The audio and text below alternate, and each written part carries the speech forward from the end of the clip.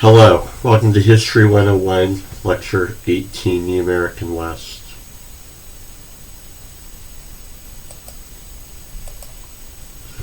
If you're in your open textbook, it's Chapter 11.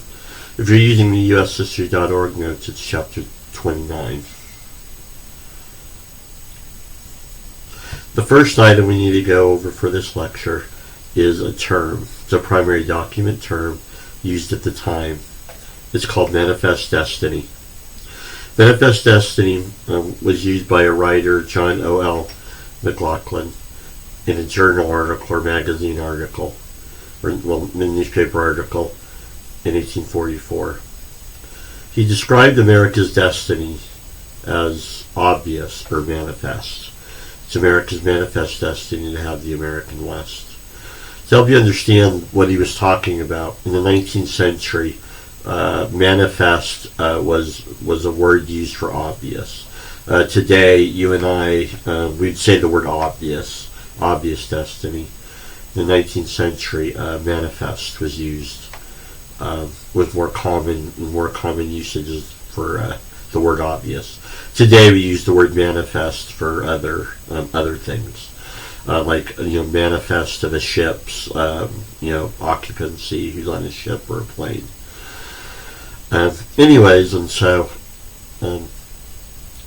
Understanding that manifest means obvious in the 19th century, we now get a sense of what John O.L. McLaughlin is saying. It's America's obvious destiny to settle the American West. Not just destiny, but a responsibility to settle the West. What are Americans supposed to take with them when they go West? You're supposed to bring American democracy, civilization. We talked about civilization before. You define your culture as civilized, and so that becomes the definition. And then anyone that doesn't fit that definition is uncivilized. And so we mean here American culture, and then Protestant Christianity. And so those are the things you take with you West. Note the religious aspects of this. It's a religious destiny. God has blessed you with the continent. And so, not only is going west and just self-interested motives, no, we're not going west for land and gold.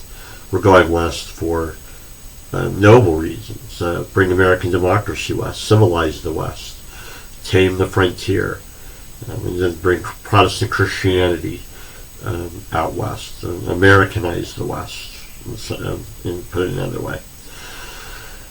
Also note the more positive motivations for going west. And so when you study American history, you look at positives and negatives, or cynical or naive, kind of what's the balance between that. And so in this idea of manifest destiny, it's a positive reason to go west. You're going west not for land and gold, but the poor benighted people out west need you. The first, we're going to talk about two territories that are incorporated into the American West during this period: Oregon and then Texas. And then we'll discuss the Mexican-American War, which historians consider the war of manifest destiny. It's like the poster child of manifest destiny. So the last time, if you guys remember, or the class, I'm trying not to say guys anymore, but the class, if you remember last time we talked about Oregon, it was way back at the end of the War of 1812. In 1819, U.S. and British diplomats agreed to joint occupation of Oregon country. And so, we're in the 1840s now. We're talking about reform movements, the Second Great Awakening, and the development of slavery in the United States. And so when we talk about Oregon, we're going to go back a little bit. We'll be talking about, the last time we talked about Oregon was, several decades ago, when the U.S. and the British agreed to joint occupation of Oregon country. So what's been happening in the intervening couple of decades, when we went off and talked about, the Industrial Revolution, the Transportation Revolution, Andrew Jackson, Second Great Awakening, reform movements, and then slavery. So we're talking about all kinds of other topics and kind of left Oregon, kind of on the side. So 1820s to 1840s, what's been going on in Oregon. An estimated 15,000 Americans go west to Oregon country on the famous Oregon Trail, perhaps the most famous trail in American history, right? There's even a game about it. I played when I was a kid. I've seen people play today. And so you go west on the Oregon Trail. When you study Oregon country, what is Oregon country back then? Oregon country is the present day Canadian province of British Columbia, and then the state, Washington State and Oregon, the state of Oregon. So Oregon country encompasses a pretty large area all the way up into Canada, British Columbia, where most British settlers and fur trappers, that's where they're living, north of the 49th parallel latitude. So they live way up in the north in British Columbia. American settlers going west on the Oregon Trail, they settled the Columbia River region in the Willamette Valley. Try and pronounce that correctly. I've never pronounced that correctly. Willamette Valley, I think is the correct pronunciation. But and so, where's the Columbia River? It's way down south in Oregon. So when we talk about the U.S. and the British agree to joint occupation of Oregon country, they're in the same region, but they're separated by hundreds of miles. The British are up in north of the 49th parallel in Canada, and North British Columbia, and American settlers are way down south in Oregon. Practically, almost in California, on the Columbia River. So the next election we need to talk about is 1844. The election of 1844 for historians is the election of Manifest Destiny, where America's Manifest Destiny, or settling the West, becomes an extremely important election issue. And we talked in the last lecture about slavery becoming an issue. This election, you could say, Manifest Destiny almost eclipses slavery as a political issue. As the Democrat candidate, James K. Polk, he very openly, very enthusiastically, very emphatically ties his campaign to America achieving its Manifest Destiny. The Polk campaign argues to the American people that, yes, you should have the continent, and a Polk administration will fulfill America's destiny. One of his famous slogans is on the slide, 5440 or fight. That was a famous Polk campaign slogan during the election of 1844. 5440 or fight. What is 5440? 54 degrees 40 minutes north is the northern boundary of Oregon country. So you have the 49th parallel is where present-day Canada and the United States is. So 5440 is way up, like where Alaska is. And so 5440 or fight is the northern boundary of Oregon country. So what is the Polk campaign promise? If elected, I will fulfill America's Manifest Destiny. 5440 or fight, we'll get all of Oregon country, or we'll have a third war with the British, right? And so you're promising that you're going to get that. You're going to achieve America's Manifest Destiny. The Whig candidate, Henry Clay, our old friend Henry Clay, yet another attempt for the presidency. Henry Clay's been running for president since 1820, right? Going all the way back then. He's been running for president for a long time. So here he is again. Henry Clay becomes the Whig candidate. And for Henry Clay, his campaign is a lot more cautious, because why? Henry Clay is choosing concern over slavery and its expansion over the enthusiasm of America achieving its Manifest Destiny. In other words, for Henry Clay and supporters of Henry Clay, what are you going to be arguing about if you achieve your Manifest Destiny? Expansion of slavery west. And so Henry Clay's campaign is a lot more cautious, a lot more reticent to enthusiastically cheer for America's expansion west. Henry Clay is worried that that'll lead to more fighting and arguing, more political arguing over the issue of slavery. By the mid-1840s, slavery is becoming more and more of a political issue. More and more Northerners are, openly anti-slavery to where they won't vote for candidates that support expansion of slavery. And more and more Southerners get more and more defensive politically, and so won't vote for candidates that want to restrict the expansion of slavery out west. And so this is an interesting intersection between the issues of manifest destiny and the issues of slavery.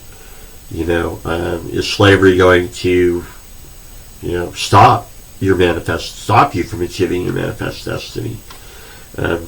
Democrat Polk says, no, we're not going to let issues like that achieve our destiny. Henry Clay is a lot more cautious. The winner of the 1844 election was Democrat James K. Polk. Polk wins, riding the wave of manifest destiny. The American people you're going to achieve your manifest destiny. And so the cautious Henry Clay is going to go back to the U.S. Senate. By this point, Clay's in the U.S. Senate. He'd been in the House. By this point, he's going to go back. He's going to be in the U.S. Senate by this point. So Henry Clay wins, and what was his campaign slogan? 54-40 or fight. Well, in 1845, U.S. and British diplomats agree to split Oregon into 49th parallel. Instead of having a third war between the U.S. and the British, right? Revolutionary War of 1812. Remember we talked about this before. At the end of the War of 1812, American and British diplomats negotiate a lot more.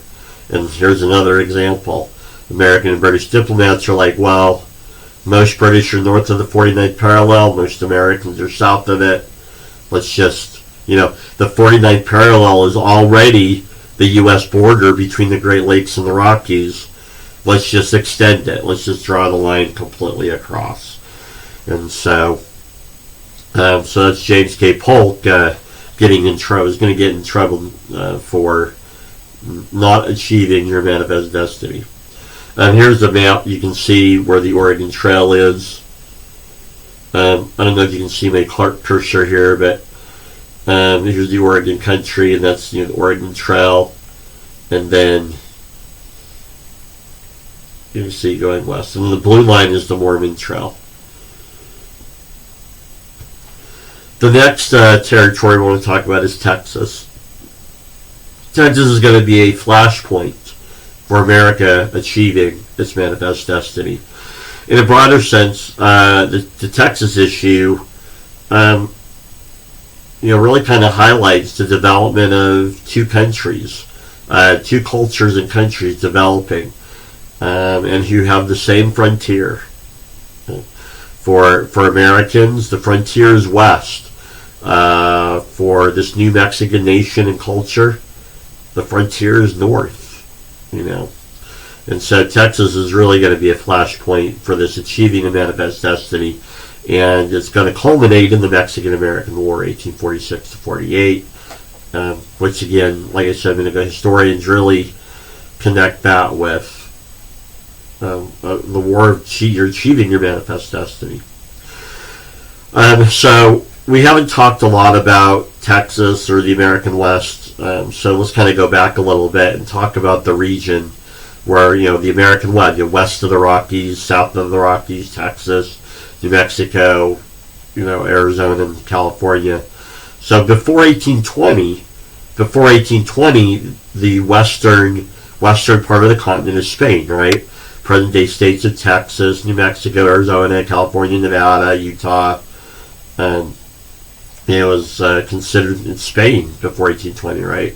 It's part of the Spanish-American Empire. In the early 1800s, the Spanish-American Empire begins to fall apart. All the present-day Latin American countries, this is the era they all get their independence from Spain, from Argentina, Colombia, which are started out as Gran Colombia, Colombia and Venezuela, into Central America, and then finally, between 1811 and 1821, you have a group of people who say what? Just like American revolutionaries in 1776, right? 1776, American revolutionaries said, you know what? We're not British anymore. We don't want to be British anymore. Well, what are we? We've got to figure that out, right? And we talk about that in Lecture 11, development of American culture. And so, was it 11 or 12? 11 or 12. But, this development of American culture. Well, what's going on down here, you have people that are saying, what? Well, we don't want to be part of Spain anymore. And we're not Spanish. Well, what are we? Right? We're a different people. We're a different culture now. And so, what are we? We're Mexican. And so you have these two cultures, within decades of each other, right? 1770s, and then here in the 18 teens, you have these two cultures that are like, we're not our European counterparts anymore. We're not European anymore. We don't want to be part of a European empire. So you have the United States of America, and then by 1821, you have an independent Mexico. And so, just for details you may or may not want to know, the state, not just states like we do, not provinces, but the state that Texas is going to be part of is Tejas y Coahuila. And so, when Mexico gets its independence in 1821, well, there you have it. Tejas y Coahuila.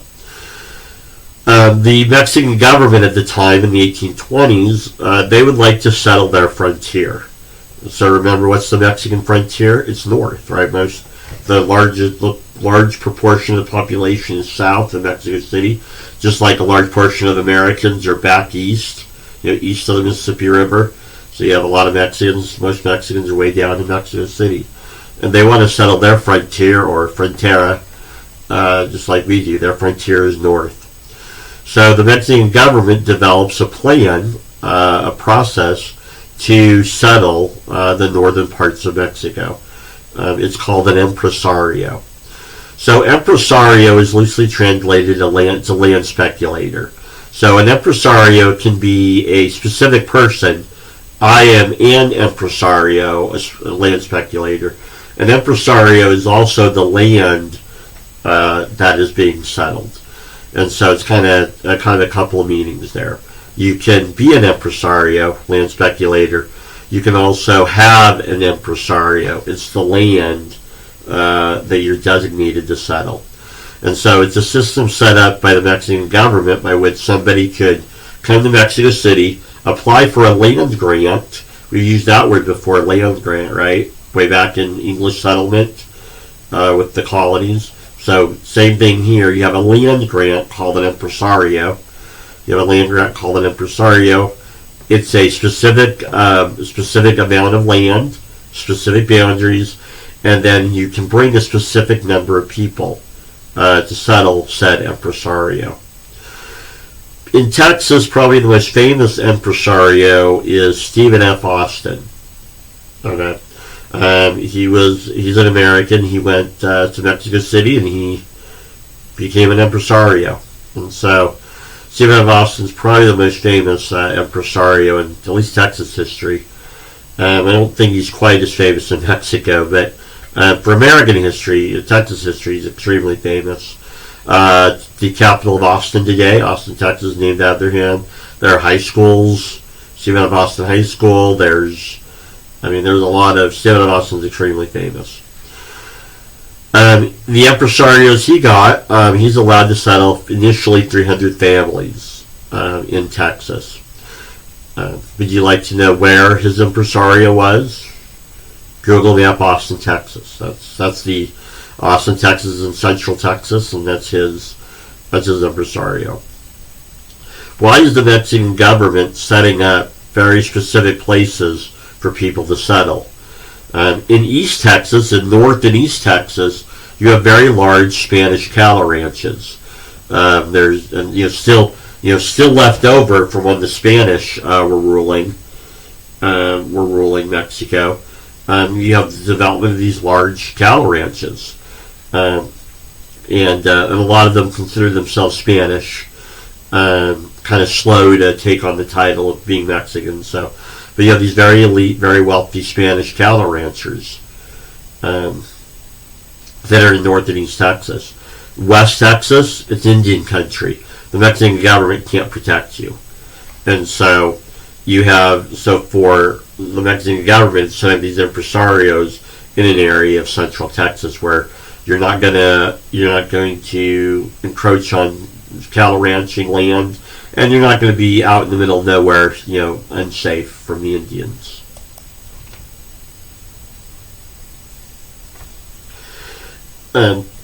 The families that come to Texas, you have to live some rules. Okay, you have to live some rules. You have to live in your impresario. Because you have Spanish cattle ranches in the east, and you have Indian country in the west, where the Mexican government is not going to be able to protect you out there. And so you have to live in your impresario, you have to become Catholic, and you must become a Mexican citizen. And that's an interesting cultural thing, right? Just like Americans in the early 1800s are developing what is an American, right? Americans in the early 19th century are coming up with a definition. What's an American, right? And we talked about it, Northern Western European, Protestant Christian, right? And so you have your English language, Northern and Western Europe, the Protestant Christian. Well, what's going on in Mexico? Same time period. You have the development of what is a Mexican, right? We're not Spanish anymore. We're not part of Spain. We're not Spanish anymore. Well, what are we then? And so, right at the same time you have the development of American culture, you have the development of Mexican culture. What's a Mexican, right? And so it's developing around what? Spanish language, Catholicism. You're developing what it means to be Mexican. Laws, religion, culture, language. All cultural pride, things you take pride in, food. I didn't talk about this when we talk about development of American culture. 19th century Americans are developing, American food. What's American food, right? What's not British? It's the same thing here. What's Mexican? Like, what's Mexican food? And now I'm hungry for lunch.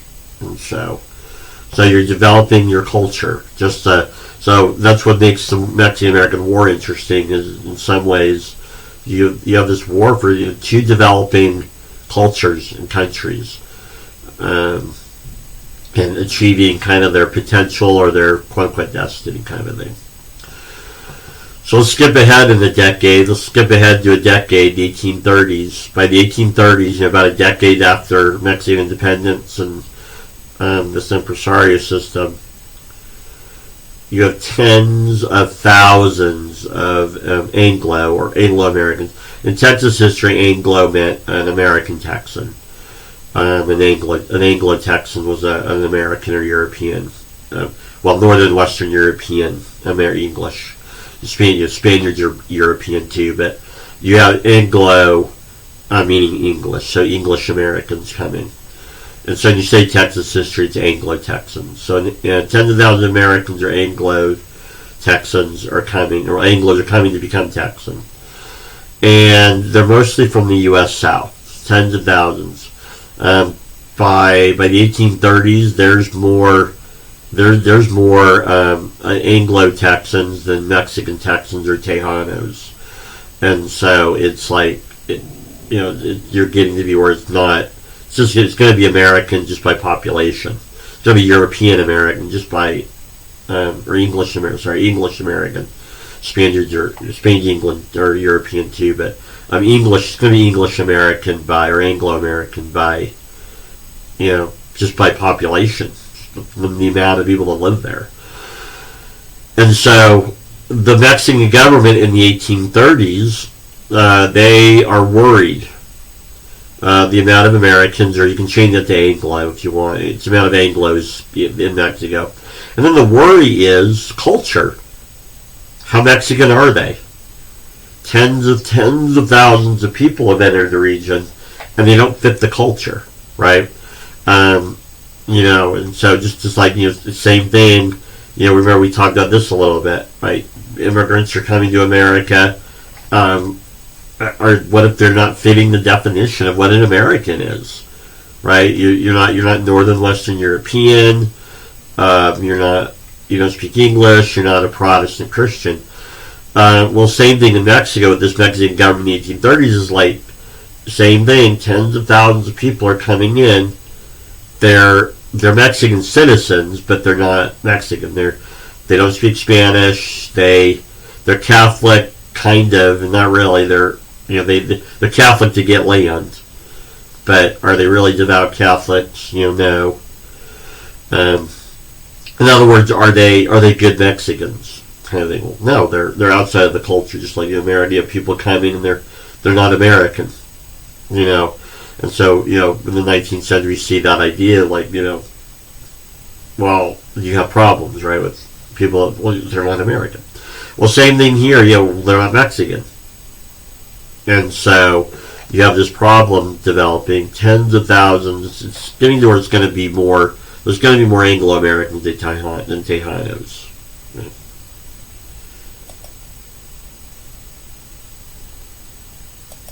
Right. So the Mexican government, when we say New Mexican government, not New Mexico, but the Mexican government in the 1830s, it's after the one previously. Their legislature is going to pass laws to ban further immigration into Texas. No more impresarios. Mexico abolishes slavery, and they rescind tax benefits to settlers. Right?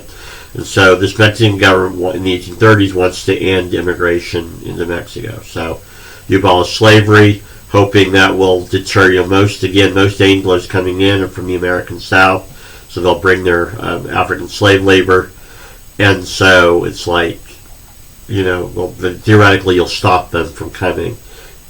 They can't bring their slave labor, well, they won't come. Right? You rescind tax benefits to settlers. And you end the impresario system. No more land grants to people. The consequence of that, 1834-35, you have a rebellion as local Texas, Tejanos, and Anglos upset over government control of the province, Tejanos, and an immigration policy to Anglos. Interestingly enough, at first, when you get into the Texas Rebellion, 1834-36, at first, elite wealthy Tejanos had a lot of the same complaints that Anglos did as far as government control of Tejas y Coahuila. Texas is way, way, way north, far away, way out on the frontier, and so even a lot of Tejano cattle ranchers and farmers, wealthy elite Tejanos, are like, we should really have our say. And so, what's interesting is when you study the Texas Rebellion, Texas Revolution, a lot of Tejano and Anglo interests, kind of paralleled each other. Where they split was whether to be annexed by the U.S. And that's when a lot of Tejano support for the Texas Rebellion kind of ends. Is when you have Anglo-Americans talking about, well, we want to be annexed by the United States. So General Santa Anna, he is president of Mexico at the time. He's also a general. He leads 5,000 troops to Texas to put down what the Mexican government considers a rebellion. Local Tejanos, local Anglo, wealthy Tejanos,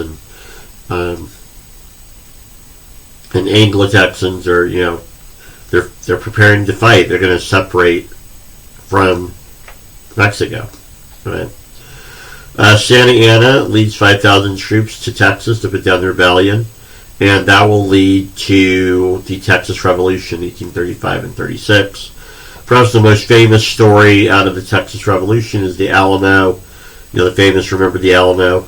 The Alamo, it's still there in San Antonio, but it's a fort. Santa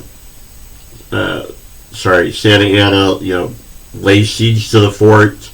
Eventually will take it, and the famous story, kills a couple hundred, or about 115, 20 defenders of the fort. And that's kind of where the Remember the Alamo saying gets going. Long story short, just to not go into too much detail about the Texas Revolution. The Texas Revolution ends when a guy, a Texas general, so to speak, Sam Houston, he will surprise Santa Anna at what's called the Battle of San Jacinto. The battle takes place. It's present day. Houston is massive, but it's like south and east of Houston. There actually is a San Jacinto suburb kind of part of Houston. If you look at a map of Houston, south and then east, and then on the Gulf Coast, right on the Gulf Coast, is where the Battle of San Jacinto took place. Interesting story. Santa Anna was caught with his pants down, literally, apparently having an afternoon with a lady that was not his wife. And when Sam Houston's troops take the battlefield, surprise Santa Anna's troops, Santa Anna will be forced to surrender at gunpoint. To end his story, he will, because we'll go on to other things, but he eventually gets back to Mexico City where he retracts his surrender. He's saying it was at gunpoint. It was at gunpoint. And so he'll kind of, I didn't really surrender. It was a gunpoint. I was forced to.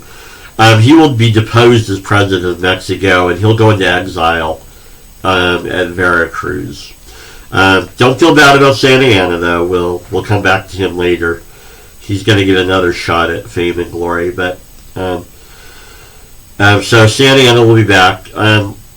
Santa Anna was president of Mexico 5 times. This is one of them. And so he's a pretty famous figure in 19th century Mexican history. He's kind of not kind of a lesson in history. American history is kind of a footnote. He's very famous in Mexican history, at least 19th century Mexico. And so don't feel bad about Santa Anna. He'll be deposed as president, but he's going to go into exile in Veracruz. But don't worry, we'll see him again. Okay. You can't keep a good man down, apparently. So Santa Anna will not be kept down too long. So back to Texas, March of 1836, Texas independence. Anglo-Texans and elite Tejanos will declare independence from Mexico. So you have the Texas Republic. You don't have to memorize like the presidents all. This is just kind of the story. Sam Houston will be the first president of the Texas Republic. Sam Houston is big in Texas. Very big. There's a statue. A couple 100-foot statue. Well, maybe 150 feet statue outside of Huntsville, Texas, where Sam Houston State University is. Go Bearcats. That's where I went to graduate school for the first time. Guess what? Sam Houston, president of the Texas Republic, a lot of Anglo-Texans, is very popular with Anglo-Texans. They want to be annexed by the United States. Okay? Very popular for a lot of Anglo-Texans. Tejano Texans, this is kind of where they break. Mexican Texans or Tejanos, this is kind of where the break happens. They do not want. They're okay with the Republic of Texas, but they're not too keen on going into another country, the United States. The U.S. president during that time period, Andrew Jackson, he supported annexation. Martin Van Buren, he supported annexation. James K. Polk supported annexation. So, we have about a decade of the Texas Republic. What is keeping? Everyone wants annexation. Yay! Okay. This is another issue where the issue of slavery is keeping America from achieving its manifest destiny. Over the decade of the Texas Republic, what's the sticking point? Everyone knows that if Texas joins the Union, it's most likely going to be a slave state. Most of the settlers to Texas are Southerners. They have brought their slave labor it's pretty clear to most people, okay, that Texas is going to be a slave state. How big of an issue is slavery becoming? It's keeping keeping the territory out of the U.S. It's keeping America from achieving its what? Its manifest destiny. Okay, you have a lot of northern politicians that are reticent to support annexation, because it's going to be a slave state, right? So early 1845, Texas is annexed by a joint resolution. Because why? It's not a treaty, or a treaty requires what? Two-thirds of a majority, 2/3 of the U.S. Senate. No. Texas is annexed by joint resolution, which just requires a majority. So that's how, that's the support for annexing Texas is being kind of, restricted by the issue of slavery. More and more Northerners, more and more anti-slavery Northerners are concerned about, restriction of slavery. That's the big point. What makes you anti-slavery? Restriction of slavery out west. No slavery out west. The 1840s, by the mid-late 1840s, that is the mainstream Northern point of view. No slavery out west. Okay, that's like the line. That's you go to the North in the late 1840s and you say, what's your stand on slavery? It would be no slavery out west. No expansion of slavery. Just need to be restricted. Right? The 15 states where it's legal, fine, but it cannot expand west. Okay. In October 1845, Texas will be admitted as a state, and in the slave state, and so we're going to see some issues over that. And so here we get to the Mexican-American War, 1846 to 1848. So what are the causes of the Mexican-American War? Number one, Texas annexation. The Mexican government from 1836 on never recognizes Texas independence. The couple of Mexican governments that were in power over that decade make it very clear that they will fight to hold on to Texas. In fact, they have. Over the decade of the Texas Republic, the Mexican army several times goes north to try to retake Texas. They get into battles. You get into battles with Anglo-Texan troops. Okay, and so it's kind of interesting. We there's the Texas Revolution, and then the Mexican-American War, and we think nothing happened in that decade.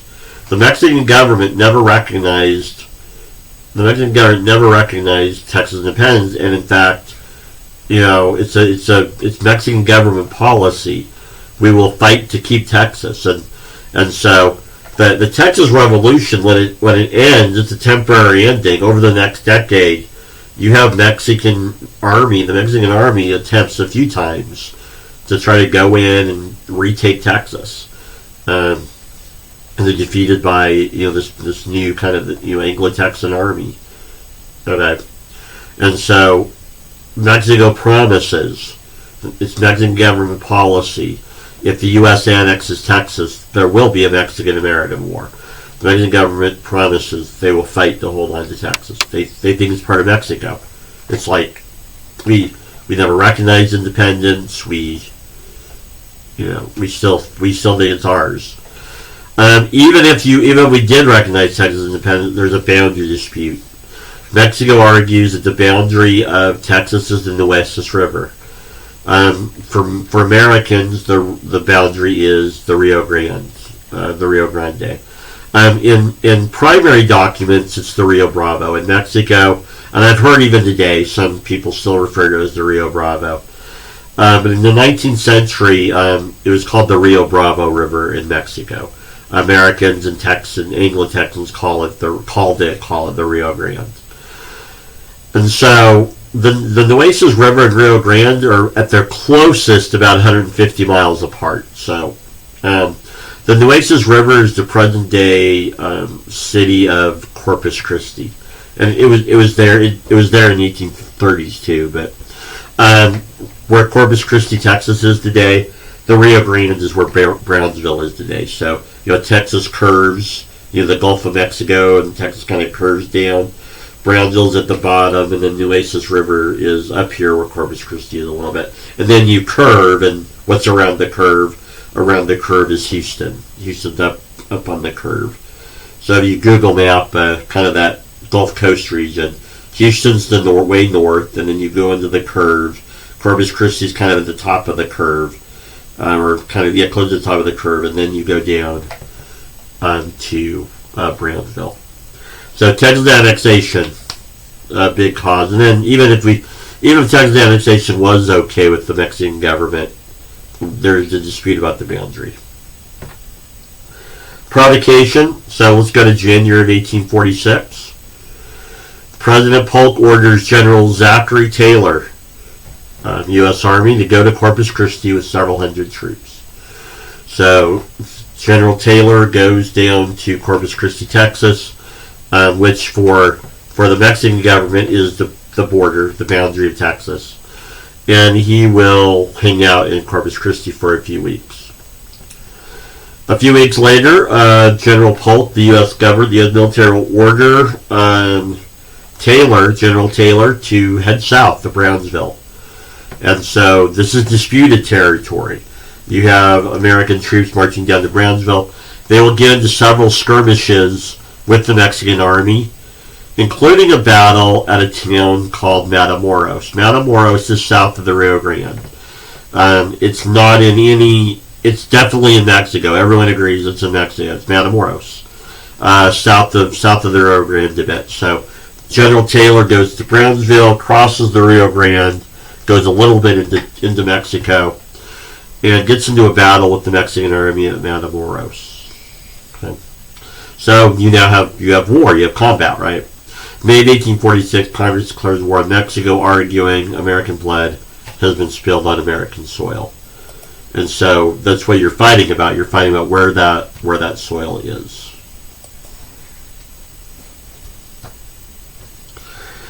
So now we have the Mexican-American War.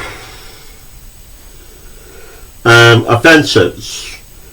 Stephen Kearny, a American officer, takes troops from Kansas, Fort Leavenworth in Kansas, the famous Fort Leavenworth, right? From Kansas, he goes southwest to San Diego and occupies the city. Relatively easy. Mexican troops aren't defending the city because, well, the war's in Texas. So, and he marches into San Diego pretty easily. The largest combat action Kearny's troops saw, they got into a battle with a herd of stampeding bulls. That was kind of their largest action, getting trapped in a stampede, which, by the way, you do not want to get in the middle of. Hundreds of stampeding cattle. You don't want to be in the middle of that. The second offensive, John C. Fremont. John C. Fremont's up in Oregon country. He takes some men, goes into the Bay Area, San Francisco area, Bay Area, and he helps local Anglo-Californians declare the Bear Flag Republic. So, kind of like we're separating from Mexico. We're like the Texas Republic. We declare the Bear Flag Republic. Okay. And then Winfield Scott, General Winfield Scott, he takes troops down to Brownsville. He'll be ordered to sail from Brownsville down to Veracruz. So Brownsville's there, and then you just sail down the coast of Mexico to Veracruz. American troops take Veracruz and then march towards Mexico City. Veracruz and Mexico City are right in line with each other. I believe there's a highway there today. There were back then there was a road that went from Veracruz to Mexico. It's a very hilly region, so you're going up and down hills and valleys. Winfield Scott's troops will be in constant battle with Mexican troops from Veracruz to Mexico City. Well, everyone, Guess what? I told you can't keep a good man down. Guess who was president of Mexico in 1846-48? Correct, our man, General Santa Anna. A decade earlier, he was president during the Texas Rebellion, gets deposed, goes into exile in Veracruz. By the Mexican-American War, a decade later, Santa Anna's back. He's president of Mexico again. So this is another time he's president. So Santa Anna is your man. He's back. And just like 10 years earlier, he's fighting Anglos again. But this time, not just in Texas, but now General Winfield Scott is headed to Mexico City, fighting his way in. Here's another issue for Santa Anna. As we get into 1848, Santa Anna's political opponents decide that now, with Winfield Scott's troops fighting their way through the swamps of Mexico City, back then, south and east of Mexico City was large swampland. If I know my geography, but there's still kind of swampy areas even today. But like, you guys ever heard of the island of Lost Dolls? There's still kind of areas where it's kind of swampland, and so Winfield Scott's fighting his way through these swamps. Today, most of the area is city, but back then, a lot of some swampy areas, and Scott's fighting his way in. Well, right at that time, Santa's political opponents decided this would be a good time to get rid of Santa Anna again. So, Santa Anna, he has to ultimately decide who he wants to surrender to. Winfield Scott's troops are successfully fighting their way in. Santa Anna's political opponents are successfully deposing him. Scott will surrender General Santa Anna, President Santa Anna, will surrender to Scott and his troops.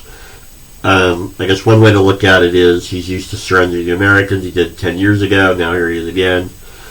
In his memoirs later on, the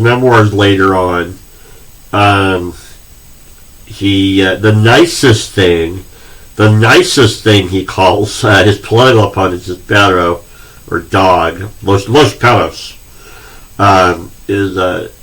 that's the nicest thing he calls opponents are dogs. Like right while we're fighting for, there's an American army, Anglo army coming in, and what did my political opponents do? They're traitors, right? They should have been uniting with me to fight Norte Americanos, but what did they do? They decided to, get rid of me. So Santa Anna chooses to surrender to Scott rather than the traitors, who he considers traitors. So there you go. There's the end of the Mexican-American War. U.S. troops are in Mexico City, Veracruz, Brownsville. California has been detached. American troops in San Diego. Anglo-Californians in the Bay Area have created their flag republic. So it doesn't look good for Mexico hanging on to its northern territories. To take a little side detour, talk about something we haven't talked about yet: opposition to the war. So we kind of focused on this idea of manifest destiny, extremely popular in the United States during this decade, and it was.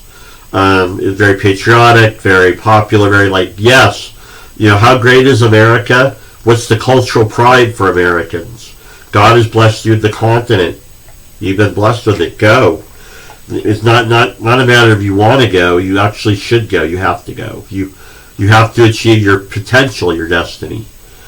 And so it is a very popular idea. But just like we talked about with the election of 1844, there is some opposition to this idea of achieving your manifest destiny. Again, Henry Clay was kind of cautious about the issue of slavery.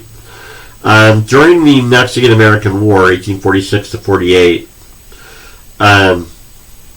opposition to the war comes from Northern Whigs. The Whig Party in the North is generally in Congress is generally opposed to the war.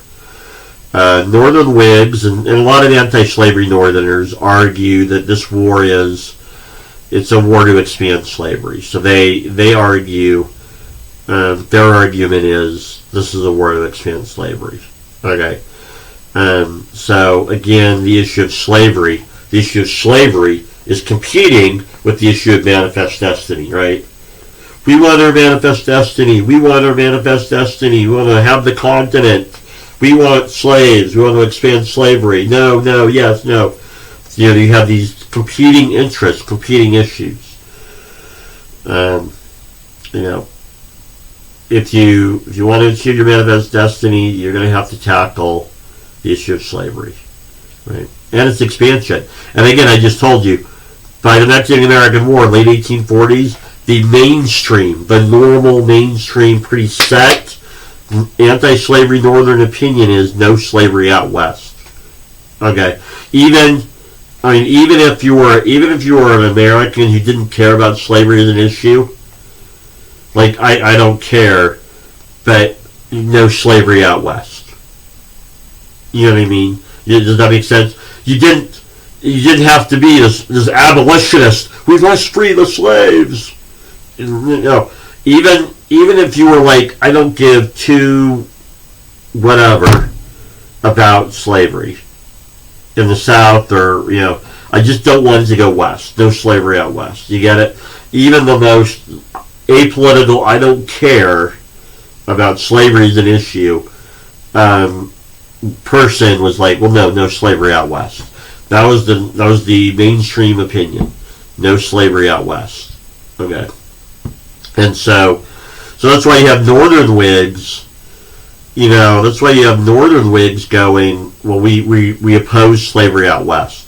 Why are they vocally opposing slavery out west? Because they know their voters are generally anti-slavery, no slaves out west.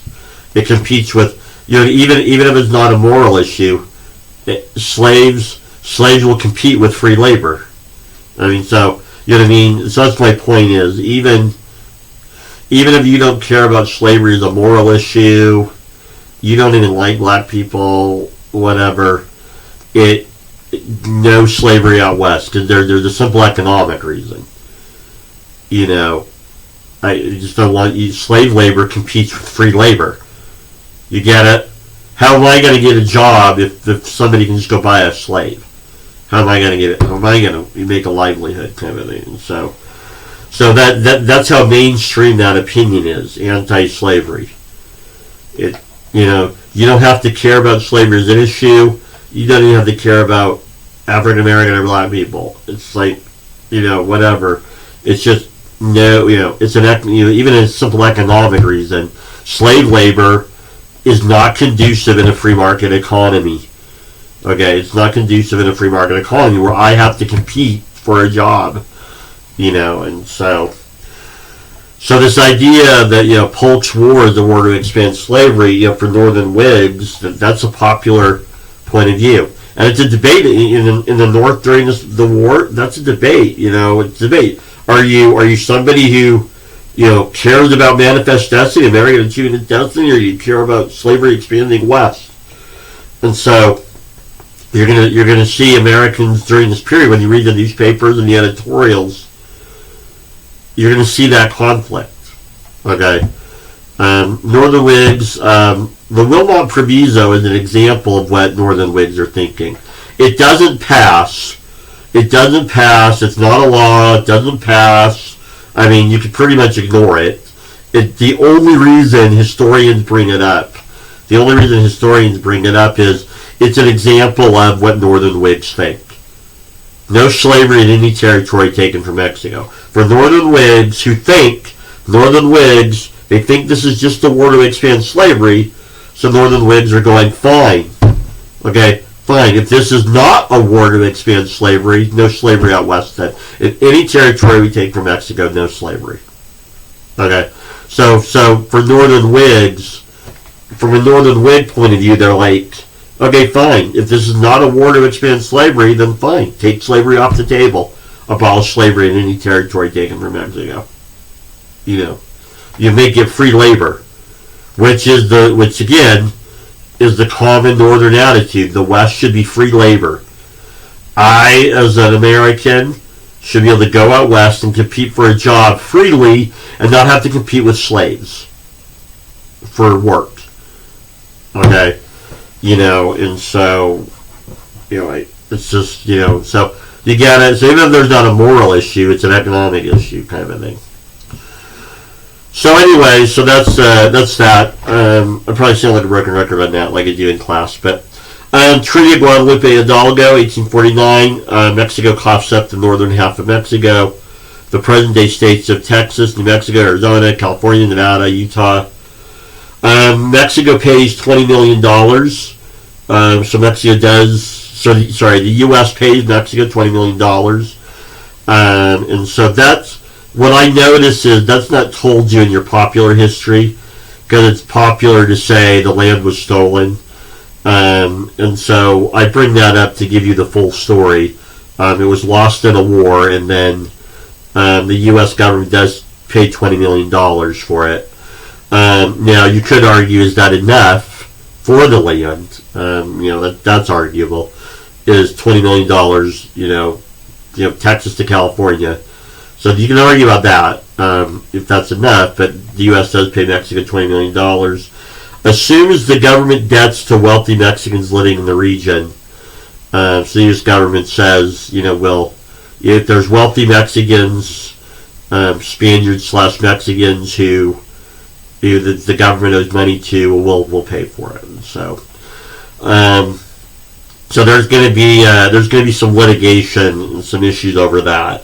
Trying to get that done. So there you have that. Right. So here's a map. Right. And then here is, what happens right at the end of the Mexican-American War? Gold is discovered. Right at the end of the Mexican-American War, gold is discovered in California, Sutter's Mill. Why that's interesting is, for a lot of people at the time, they thought, no states are, in all the territory taken from Mexico, there's not going to be any really new states. I mean, Texas is it. There's not going to be any new states for a long, long time. And so what's the context? There's not going to be any new states for a long, long time. So for a long time, we won't have to argue about what? Slavery, right? So it's kind of a sigh of relief. It's like, we have all this land from Mexico, but it's going to be so long before there's a state, we don't have to worry about it. Okay, whoops. Gold is discovered. What do you think gold's going to do when it gets back east? Spoiler alert, there's a reason there's the San Francisco 49ers, right? So that's the end of that lecture. So we'll end that there. This is 18, and then we'll do 19 on another video. Thank you. Bye.